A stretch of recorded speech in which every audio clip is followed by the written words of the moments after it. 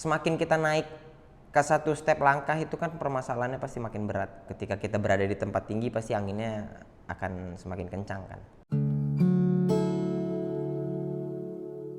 Mungkin 2016 sampai sekarang itu adalah kerja tangan Tuhan tuh ada di tahun itu tuh. Dari lahir sampai 2016 tuh perjalanan yang sangat berat ya. Maksudnya aku itu adalah anak ketiga dari 3 bersaudara, lahir dari keluarga yang cenderung miskin sebenarnya. Orang tua tuh kerjanya mebel, bukan memiliki privilege untuk memiliki hal-hal yang mungkin anak-anak lain mau gitu, kayak punya sepeda. Itu tuh dari dulu, dari kecil aku sudah ditanamkan untuk istilah Jawa legowo. Kalau aku minta sama orang tua akan memberikan, tapi bentuknya pengertian. SMP swasta tapi SMA-nya negeri. Jadi bapak ibuku tuh selalu bilang kalau kamu harus masuk negeri karena uang sekolahnya murah. Kalau misalnya swasta tuh kayaknya agak susah, kita agak berat gitu.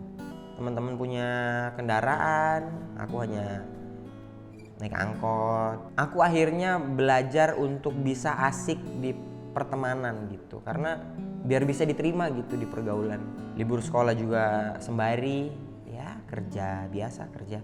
Kuliah adalah hal paling mewah dalam hidupku yang pernah aku dapatkan. Aku tuh pengen kali kuliah gitu, pengen S1. Di kampung tuh S1 adalah hal yang mewah ya. Makanya aku bilang aku ini malas mengingat-ingat wajah ibuku tuh ketika aku minta uang kuliah. Karena kalau aku minta uang kuliah, dia selalu bilang, tenang, besok ada duitnya. Padahal aku tahu kondisinya mereka gak kerja. Segitu menenangkannya, bahkan sampai detik ini aku bilang bapak ibuku tuh adalah pesulap. Duitnya ada, diusahakan. Mereka tuh utang ke orang random manapun gitu. Orang tua sesusah itu, tapi aku juga tetap masih aja kayak acuh tak acuh sama kuliahnya. Tamat kuliah tuh aku nggak nyari kerja. Ada namanya stand up comedy kan. Malah pada waktu itu ngerasa gara-gara stand up comedy egoku kesentil gitu. Akhirnya aku punya pacar yang dia ini wanita yang kuidamkan lah. Jadi hidupku adalah bangun pagi, nganter pacarku kerja, habis nganter duduk di warung kopi sampai jam 4 sore, jemput dia lagi, nganter dia pulang, malamnya ke warung kopi lagi, begitu terus.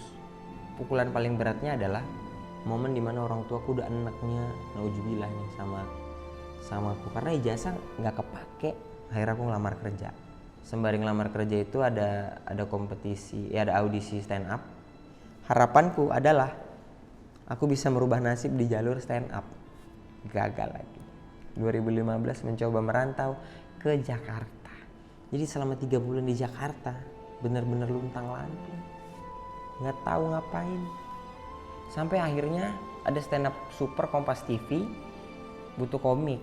Bayarannya ingat kali aku 1 juta. Aku stand up aja, aku perform, duitnya cair, aku pulang. Nggak kuat aku di Jakarta.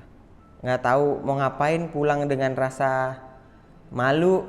Akhirnya aku coba jualan ketan. Hanya sebulan ketan itu balik modal. Nggak tahu apa yang terjadi, tiba-tiba ada salah satu PH nge-SMS, "Mas, saya dari PH ini mau ngajak Mas Indra main sinetron." Berangkat aku ke Jakarta, numpang ke kosan kawanku. Ternyata karakterku hanya 3 episode itu doang. Ketika aku dari Jakarta pulang ke Medan, waktu aku sampai bandara, mereka ngadain audisi lagi di Medan. Coba aja lah. Kalau lolos ya alhamdulillah, kalau nggak lolos, aku ya jualan ketan. Tiba-tiba di sebelah dandang handphonenya deret gitu. Terus ketengok, dengan Indra ya, Indra Jegel.